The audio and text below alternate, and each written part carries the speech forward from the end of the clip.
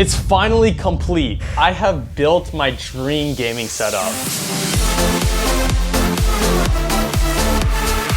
Video games have always been a passion of mine, and I've been playing it since I was a very young kid. Ever since I picked up that first controller, I've been addicted ever since, and well, I mean, look at me now, I'm still playing. Well, I've always been a gamer, and growing up, I've been seeing all these dream setups and everything. I finally thought it was time for me to make my own. This took me years to build, and while I've had multiple setups and tried multiple things, I didn't really like any of them and how they turned out. After some time, I finally sat down and I actually planned and prepared on how to actually make a good setup, and well, I finally did it.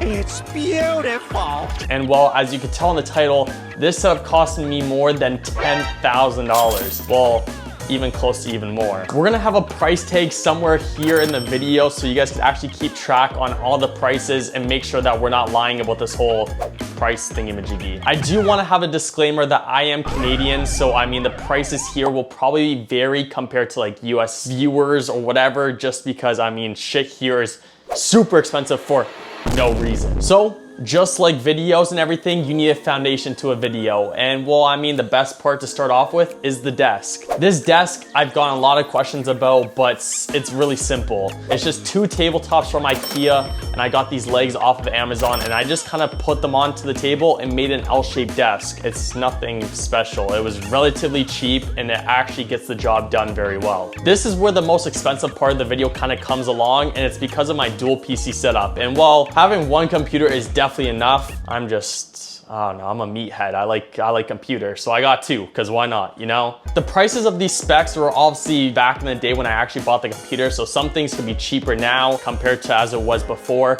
But for my gaming PC, I have an Asus Prime Z390 motherboard, I have a 3080 Ti graphics card, and then I have just a bunch of other things. I have 32 gigabytes of RAM and 250 gigabytes of SSD, and I have some extra hard drive just for extra space on the computer so I don't run out of room. That computer right there, of course, the graphics card was on sale, thankfully, but graphics card here in Canada are so expensive, and this computer ran me around $2,500. Moving on to my streaming PC, this is not as big and hefty as the other one, but we do have a Ryzen 9 3900X CPU. We have a 2080 graphics card. We have another 32 gigabytes of RAM into this computer as well. We have two 256 gigabyte SSD cards, and we also have two extra 1 terabyte hard drives as well, just for all the space for my content and stuff, because I put too much shit into this computer. That computer obviously ran me around $2,000 as well. So just from two computers alone, that nearly cost me $4,500. And well,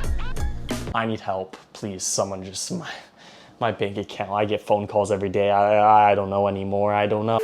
While we're already almost at $5,000, well, we need to add another big chunk to this price range, and it's the camera. While I'm using the camera right now to film, I use a Sony a7 III camera as my webcam, and don't ask, I know that's super expensive and overkill. It's just, I was a photographer back in the day. I used to travel and take all these photos. I mean, wow, Cody could take pictures.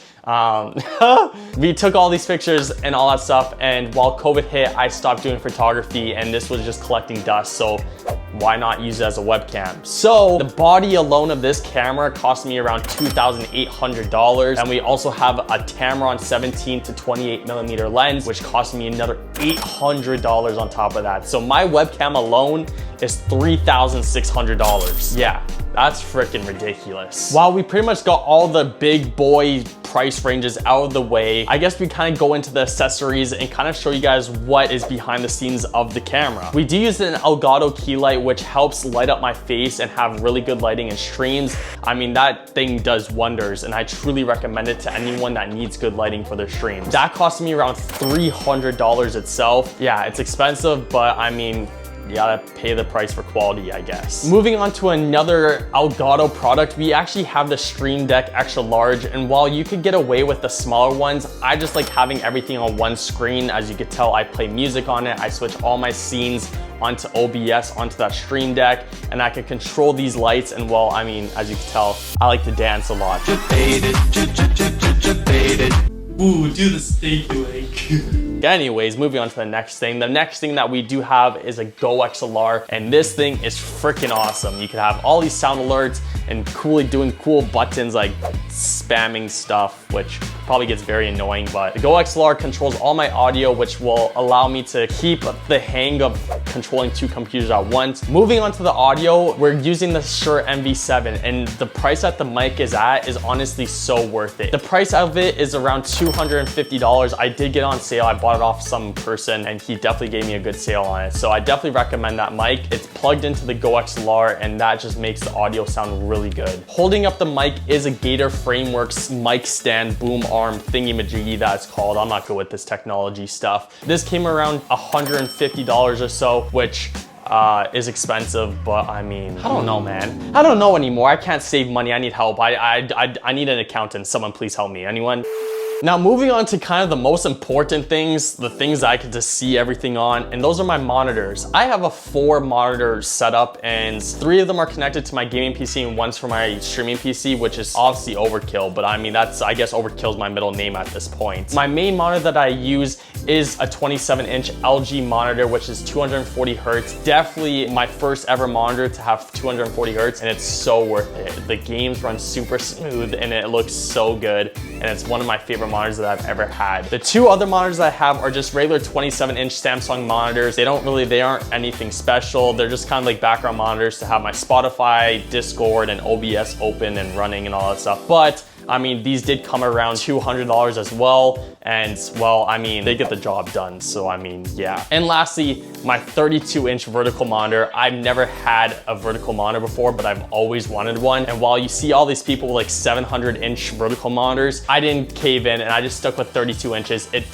gets the job done and it's the perfect size for me and it doesn't hurt my eyes at all. So coming back to the price of all my monitors, my gaming monitor was $350. My vertical monitor was about $280, and the 2 other Samsung monitors were about $220 each. So right there alone, my monitors probably came up to around $1,000 for all 4 of them, which isn't too bad, but I mean, it's still expensive. Moving on to the things that actually hold them up. A lot of people have actually asked me about this because people find the setup that I have is very clean, but I use single arm monitor mounts for all my monitors. And I would definitely recommend these if you guys want like a clean, aesthetically pleasing vibe setup thingy-majiggy thingy. And these are the Vivo monitor mounts. While for the 2 regular monitors on the bottom of my desk, those are just regular Vivo mounts. But however, the top monitor on top of my setup and my vertical monitor, since they are higher up and harder to hold up, you need to get the Vivo Extra Tall, which does come out a little bit more expensive as the regular one. I mean, they're a lot cheaper compared to a lot of other monitor mounts. So the 2 regular mounts were about $50 each, and then the Extra Tall monitor mounts came up to about $100 each. So right around there, that's $300 for all the monitor mounts to hold up 4 monitors. I mean, maybe I am good with money. I'm gonna stop. I'm trying to do stupid stuff. I don't even know what I'm doing anymore. Now moving on to the final accessories.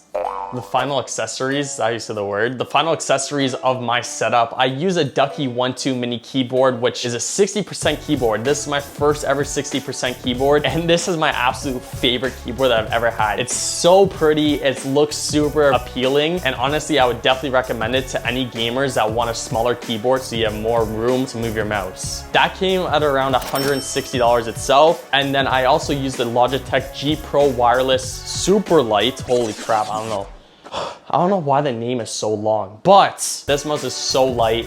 It's one of my favorite mouses that I've ever had. And honestly, I mean, I'm insane at shooting games. Like if you see my accuracy in Valorant, I mean, this mouse does wonders. So if you do have the money to getting a good quality mouse, I would definitely recommend it. And that comes around $160. Finally, these bad boys.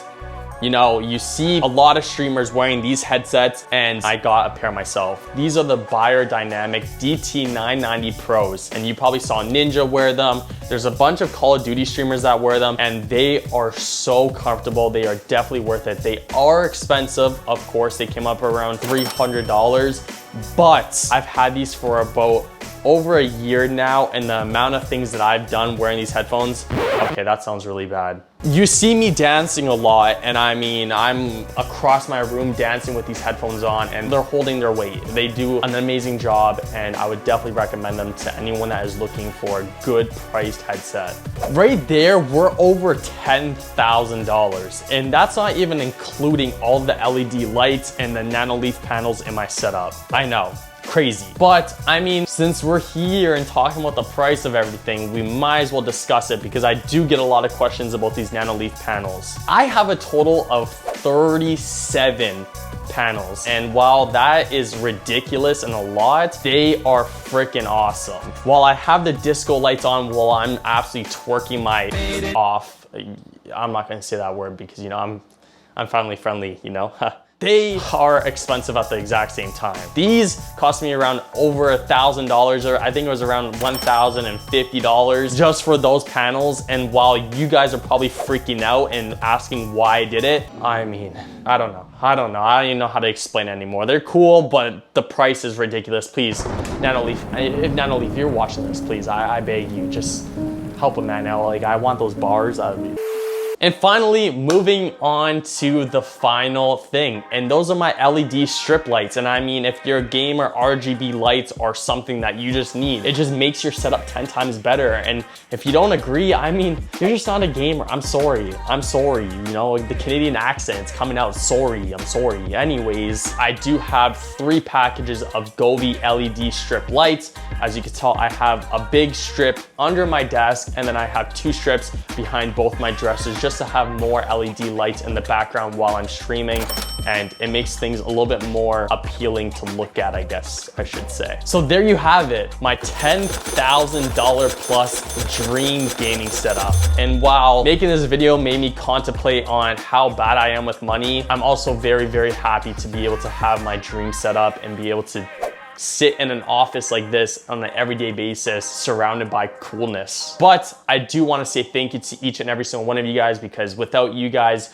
watching my YouTube videos or, you know, coming to my Twitch streams and showing love there, none of this would have been possible. And I truly want to just say thank you once again for all this. I mean, now that I'm negative probably $12,000 or something, please, I mean, leave a like, comment down below. I mean, you can help a man out, subscribe. We're almost at 2,000 subscribers. It'll be kind of cool to get to the end of the year. And yeah, I'll catch you guys later, and peace out, YouTube.